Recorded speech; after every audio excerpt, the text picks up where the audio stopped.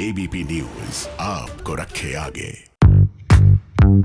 वित्त मंत्री ने बहुत मेहनत करके बजट बनाया है। जो सरकार ने कुछ मूव्स किए हैं, इंश्योरेंस कंपनी पे हायर एफडीआई करना, 1,75,000 करोड़ रुपया मोनेटाइजेशन कहिए, डिसइन्वेस्टमेंट कहिए, प्राइवेटाइजेशन कहिए, कुल जमा करके किया है। ये योजना मेरे हिसाब से पॉजिटिव है। अगर इम्प्लीमेंटेशन होगा तो जरूर फायदा है। सर, बहुत बहुत स्वागत है आपका हमारे शो में। और सर, हम आपसे जानना चाहेंगे कि ये बजट को आप 1 से 10 के स्केल में कितना रेटिंग देंगे?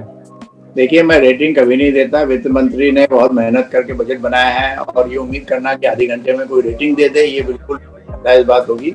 लेकिन मैं ये कहूंगा कि बजट पॉजिटिव है और ग्रोथ ओरिएंटेड है और वित्त मंत्री ने काफी मेहनत से इसमें एक बैलेंसिंग की चेष्टा की है कि बड़े डिफिकल्ट सर्कमस्टांसेस थे, उसमें बजट बना। तो बैलेंसिंग एक्ट में मैडम ने कहाँ तक ये किया? क्योंकि एक तरफ हम देखें कि बैलेंस करने जाएं तो हमारा जो है फिस्कल डेफिसिट डिसबैलेंस हो गया है।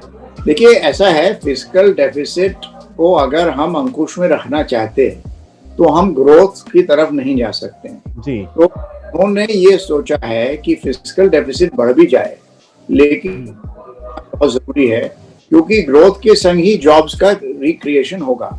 जितने जॉब का प्लेसमेंट हुआ है कोविड के कारण, और ऐसे भी हमारी इकोनॉमी को बढ़ने के लिए जॉब्स की दरकार है। तो इसलिए मैं कहता हूं कि ये बैलेंस्ड है, क्योंकि इसके अंदर में ये जो दिशा है, और उन्होंने अपना पाथ भी दिखाया है कि अगले साल हम 6.8 पर आ जाएंगे और हम 25-26 तक जाकर 4.5% तक जाएंगे। तो हिसाब से कंट्रोल होगा और उसके हिसाब से जो मेजर्स लिए जाएंगे। तो इसलिए मैं कहता हूं कि बैलेंस्ड है, क्योंकि इसमें रेजिंग भी काफी है रेवेन्यू की थ्रू डिसइन्वेस्टमेंट, स्ट्रेटेजिक सेल, और अभी टैक्स पॉलिसी चल रही है जीएसटी की। तो इस तरीके से चेष्टा की गई है कि इसको कोई तरीके से बैलेंस करें जिससे हम ग्रोथ की तरफ जा सकें।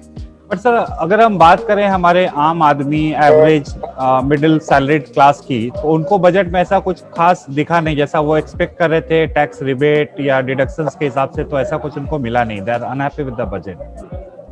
देखिए, ये बात है कि कुछ उम्मीद थी कि कुछ उसमें मिलेगा, रिबेट्स मिलेंगी, स्टैंडर्ड डिडक्शन बढ़ेगा वगैरह वगैरह। वो सही कहते हैं, वो नहीं आया। लेकिन दूसरी तरफ एक ये भी उम्मीद थी कि कुछ वर्गों के ऊपर में टैक्स बढ़ेगा या सेस बढ़ेगा, क्योंकि गवर्नमेंट को रेवेन्यू भी चाहिए।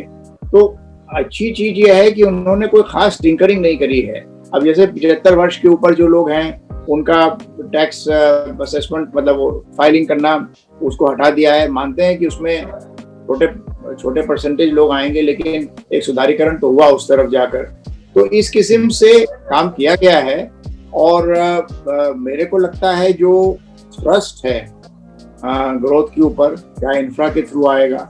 उन्होंने व्हीकल स्क्रैपेज की बात की, जो ऑटोमोबाइल की इंडस्ट्री पर हेल्प करेगी, बसेस करना। तो ये जो जॉब्स क्रिएट होंगे, और कुछ इन्होंने इसमें भी किया है, जो हेल्थ सेक्टर में काफी कुछ और चीज क्रिएट करने का है, हेल्थ इंफ्रास्ट्रक्चर वगैरह, उससे भी रिक्रूटमेंट आएगा। सो इस किस्म से जॉब क्रिएशन के ऊपर कुछ ध्यान दिया गया है। एग्रीकल्चर में भी जो ऑपरेशन ग्रीन पहले 3 वर्गों में चलते थे, अब उन्होंने 22 पेरिशेबल कमोडिटी पे और बढ़ाया है।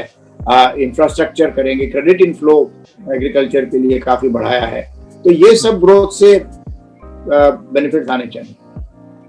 जी, तो सर, इंडस्ट्री का एक आंकड़ा, क्योंकि कोविड के वजह से काफी जॉब लॉसेस हुए हैं पिछले 1 साल में, और अभी जो ये एफएम का जो भी ट्रस्ट एरिया है, इंफ्रास्ट्रक्चर हो गया, बीट रोड हो गया, पोर्ट हो गया, रेलवेज हो गया, तो कैसा जॉब क्रिएशन हम देख सकते हैं आने वाले दिनों में? कहाँ से ग्रोथ आएगा, मैक्सिमम ग्रोथ? जॉब क्रिएशन इन्हीं सेक्टर्स को ग्रो करने से आएगा। ऑटो इंडस्ट्री और जो इंफ्रास्ट्रक्चर या कंस्ट्रक्शन भी हैं, उन्होंने अफोर्डेबल हाउसिंग के लिए भी 1 साल बढ़ाया है। तो वो मल्टीप्लायर इंडस्ट्रीज हैं, उनके संग बहुत सारी और बिजनेसेस जुड़ी हैं। अगर वो बढ़ेंगी तो दूसरी बिजनेसेस भी बढ़ेंगी। एक तो ये बात है। दूसरा, इस बजट में उन्होंने अर्बन इंफ्रास्ट्रक्चर और अर्बन रिन्यूअल की, तो जो जॉब लॉसेस थे तमाम, हम लोगों ने देखा कोविड पीरियड में अर्बन एरिया से माइग्रेंट लेबर जाने से भी हुए थे, और वो एरिया एक्चुअली काफी तकलीफ में था, क्योंकि रूरल एरिया फिर भी बेटर चल रहा था। पिछले साल। तो उसके कारण जो अर्बन इंफ्रास्ट्रक्चर रिक्रिएशन होगा उससे वो लाएंगे। जैसे उन्होंने एक माइग्रेंट वर्कर्स के लिए अफोर्डेबल हाउसिंग के रेंटल्स के ऊपर में भी कुछ पॉजिटिव डेवलपमेंट्स हैं, तो इस किस्म की चीजों से आएगा। अब टेक्सटाइल के ऊपर उन्होंने जैसे थ्रस्ट दिया है, उन्होंने कहा है कि 7 टेक्सटाइल के मेगा पार्क बनाएंगे। तो टेक्सटाइल एक लेबर इंटेंसिव बिजनेस है, तो इस किस्म से कुछ चीजों किया है। कुछ उन्होंने शायद ड्यूटी रैशनलाइजेशन भी किया है एमएसएमई इंडस्ट्रीज जहां पर हैं, वो डिटेल देखनी पड़ेगी, लेकिन जितना उन्होंने अपनी स्पीच में कहा उससे मैं कह रहा हूं। तो इस किस्म से इन एरियाज में जॉब क्रिएशन हो सकता है। एक प्रकार का सर सेस भी लगाया है पेट्रोल और डीजल के ऊपर, 2.5 रुपया पेट्रोल, 4 रुपए डीजल के ऊपर, तो इससे तो और लाइक आम आदमी का लाइफ और महंगा हो जाएगा। वो असल में पूरा समझना पड़ेगा। एक तरफ सेस हो सकता है, दूसरी तरफ एक्साइज ड्यूटी घट सकती है, तो उसका ओवरऑल इफेक्ट क्या होता है वो समझना पड़ेगा। और मेरे हिसाब से जरूरी नहीं है कि वो शायद दाम बढ़ाने में ही रहेगा, क्योंकि ऑलरेडी सर हम देख रहे हैं कि पेट्रोल एंड डीजल का प्राइस ऑलरेडी 100 के आसपास चल रहे हैं, 100 पार होने वाले हैं, और ये सेस लगा देने से तो निश्चित ही हम उस दिशा में बढ़ेंगे। लेकिन एक्साइज ड्यूटी है ना उसके ऊपर काफी, पेट्रोल और डीजल के ऊपर, तो एक्साइज ड्यूटी घटते वो ऑफसेट हो सकता है। सर तो ओवरऑल हम ऐसा कह सकते हैं कि ये ग्रोथ ओरिएंटेड बजट है, जिसको हमारे फाइनेंस मिनिस्टर निर्मला सीतारमण जी ने काफी अच्छा से बैलेंस आउट करके ये किया है। एंड मार्केट की तरफ से तो सर बम बम है, थम्स अप है। नहीं, आप ठीक कह रहे हैं। हमारे हिसाब से ग्रोथ ओरिएंटेड पे ही अहमियत दी गई है। और जो सरकार ने कुछ मूव्स किए हैं, इंश्योरेंस कंपनी पे हायर एफडीआई करना, 1,75,000 करोड़ रुपया एसेट मोनेटाइजेशन कहिए, डिसइन्वेस्टमेंट कहिए, प्राइवेटाइजेशन कहिए, कुल जमा करके किया है। तो ये योजना मेरे हिसाब से पॉजिटिव है। अब सारी चीज इसके ऊपर होगी कि कितने इफेक्टिवली इन चीजों का इम्प्लीमेंटेशन होगा। अगर इम्प्लीमेंटेशन होगा तो जरूर फायदा है। सिंघानिया साहब, हम लोग से बात करने के लिए बहुत बहुत धन्यवाद, और हम आपसे जुड़े रहेंगे इसके बाद भी। Thank you very much for joining us sir. Thank you, बहुत बहुत धन्यवाद। नमस्कार। My pleasure sir, thank you.